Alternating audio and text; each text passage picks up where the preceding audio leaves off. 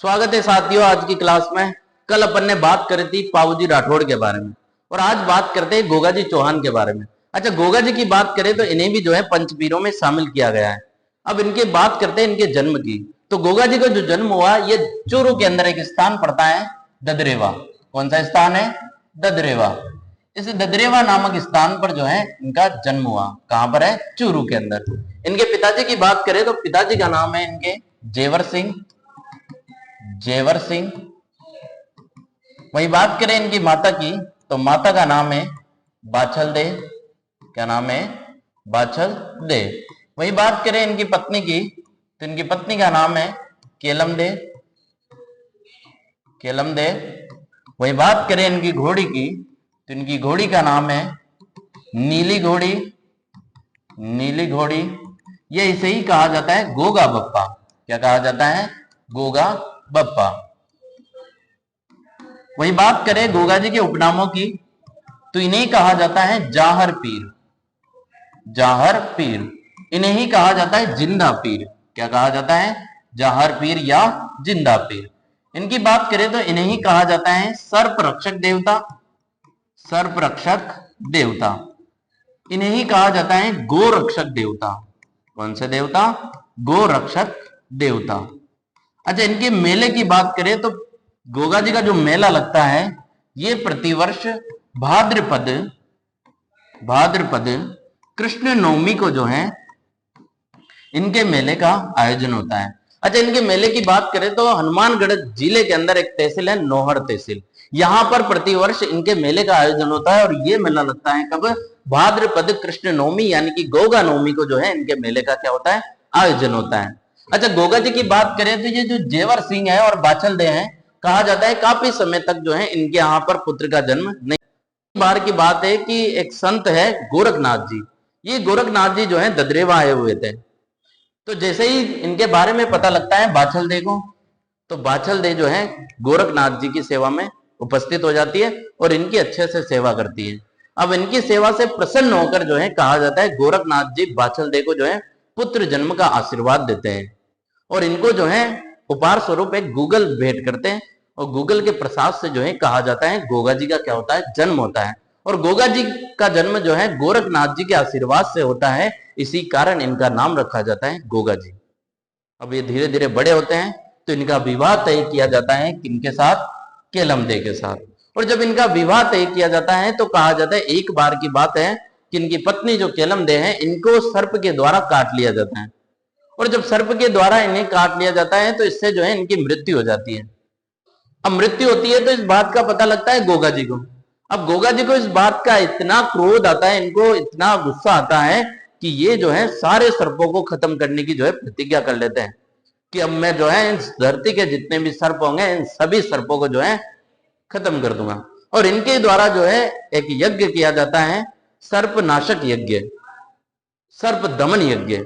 अब इस सर्प दमन यज्ञ के प्रभाव से क्या होता है कि इस धरती के ऊपर जितने भी सर्प थे ये सारे सर्प जो है इस यज्ञ की आहुति में आकर गिरने लग जाते हैं और सारे जो है जलकर भस्म होने लग जाते हैं। अब ये दृश्य देखा जाता है जो सांपों का राजा होता है तक्षक नाग। तक्षक नाग जब ये दृश्य देखता है तो ये सोचता है कि ऐसे तो इस धरती के ऊपर से सारे सर्पों की जो है प्रजाति क्या हो जाएगी? समाप्त हो जाएगी। तो ये तक्षक नाग जो है भागा भागा आ जाता है गोगा जी के चरणों में और इनसे क्षमा मांगता है कि जो गलती होनी थी वो तो हो गई, परंतु मैं आपकी पत्नी को वापस से जो है विष से प्रभावहीन करके जो है वापस से इसे पुनर्जीवित कर देता हूं। और कहा जाता है केलमदे को वापस से पुनर्जीवित किया जाता है। इसके बाद जो है ये तक्षक नाग गोगा जी को आशीर्वाद देता है कि आज के बाद यदि किसी भी व्यक्ति को सर्पदंश होगा और यदि वो आपकी पूजा करता है और आपके नाम की यदि डोरी अपने गले में धारण करेगा तो उसकी कभी भी सर्प के काटने से क्या नहीं होगी? मृत्यु नहीं होगी। कहा जाता है उसी के बाद से जो है गोगा जी को सर्प रक्षक देवता के रूप में इन्हें पूजा जाना प्रारंभ कर दिया। अब आपको पता होगा सर्प से किसे डर नहीं लगता? सर्प से सबको डर लगता है। और पश्चिमी राजस्थान में कहा जाता है सर्प रक्षक देवता के रूप में जो पूजा जाने वाले सबसे प्रसिद्ध लोक देवता माने जाते हैं वो माने जाते हैं कौन से? गोगा जी। वही बात करें अपने हाड़ौती क्षेत्र में सबसे ज्यादा सर्प रक्षक देवता के रूप में पूजा जाता है, आप सबको पता होगा तेजाजी महाराज को। अपन ने देखा होगा अपने गांव में, प्रत्येक छोटे मोटे गांव में जो है तेजाजी महाराज का चबूतरा बना हुआ होता है, मंदिर बना हुआ होता है। उसी प्रकार पश्चिमी राजस्थान में जो है सर्परक्षक देवता के रूप में पूजा जाता है गोगाजी चौहान को, और कहा जाता है इनका जो पूजा स्थल बनाया जाता है ये बनाया जाता है खेजड़ी के वृक्ष के नीचे। कौन से वृक्ष के नीचे? खेजड़ी के वृक्ष के नीचे। और पश्चिमी राजस्थान में इनके सर्वाधिक पूजा स्थल है। कहा जाता है इनके बारे में, पश्चिमी राजस्थान में कहावत प्रचलित है कि जटे जटे खेजड़ी वटे वटे गोगा, यानी कि जहां जहां पर खेजड़ी का वृक्ष है वहां वहां पर किनका पूजा स्थल होगा? गोगा जी का जो है पूजा स्थल होगा। अब इनकी बात करें तो कहा जाता है इन्होंने जो है गायों की रक्षा के लिए एक मुस्लिम आक्रमणकारी था जिसका नाम था महमूद गजनवी। क्या नाम था? महमूद गजनवी। इस महमूद गजनवी से जो है इन्होंने युद्ध किया, और जब ये महमूद गजनवी से युद्ध कर रहे थे तो कहा जाता है महमूद गजनवी ने इनके युद्ध कौशल को देखा युद्ध भूमि के अंदर। और युद्ध कौशल को कैसे कि एक ही समय में जो है ये गोगा जी अलग अलग जगहों पर उपस्थित थे। अब जब ये दृश्य जो है महमूद गजनवी ने देखा कि ये क्या चक्कर है, तो महमूद गजनवी के चक्कर आ गया कि आखिरकार ये हो क्या रहा है, इधर देखे तो गोगा जी, इधर देखे तो गोगा जी। एक ही समय में जब एक से अधिक बार जो है गोगा जी को जब इसके द्वारा देखा गया तो इसके मुंह से तो बस एक ही शब्द निकला कि ये तो जो है जहार पीर है, जहार पीर या फिर जिंदा पीर।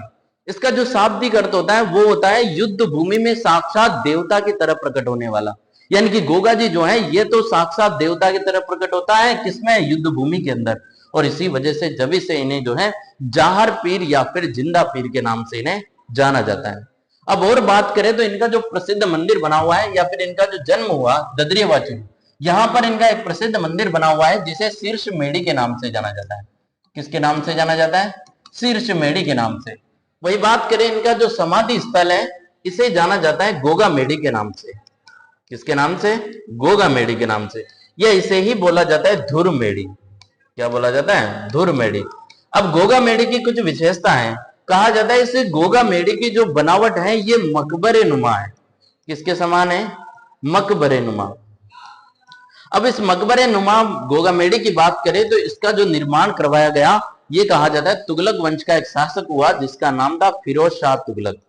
क्या नाम था? फिरोज शाह तुगलक। ये जो फिरोज शाह तुगलक है इसके द्वारा इस गोगा मेढ़ी का निर्माण करवाया गया, वो भी मकबरा नुमा। अब इसकी एक विशेषता है कि गोगा मेढ़ी जो है इसके मुख्य प्रवेश द्वार के ऊपर एक शब्द लिखा हुआ है और वो शब्द है बिस्मिल्लाह। बिस्मिल्लाह।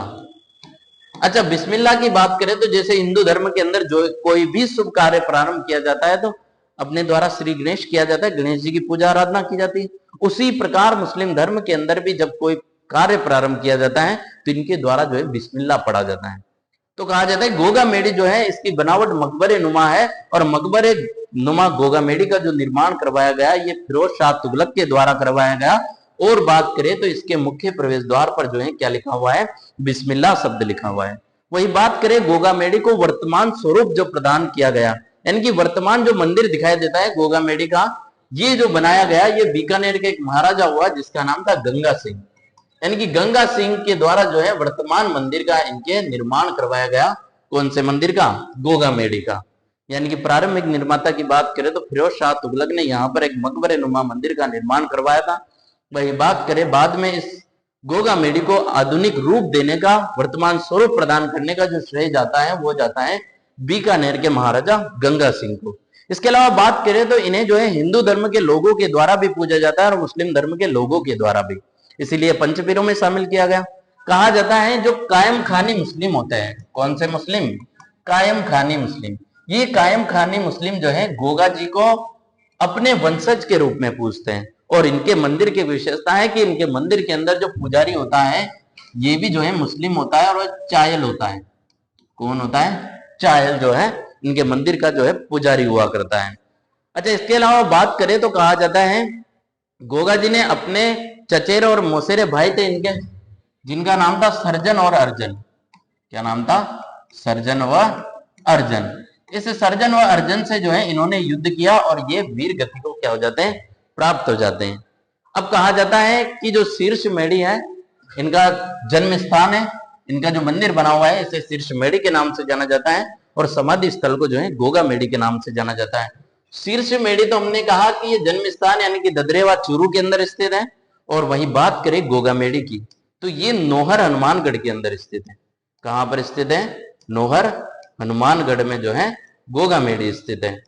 अच्छा, इसके अलावा बात करें तो कहा जाता है जो गोगा जी है इन्हें जो है सर्प रक्षक देवता के रूप में पूजा जाता है।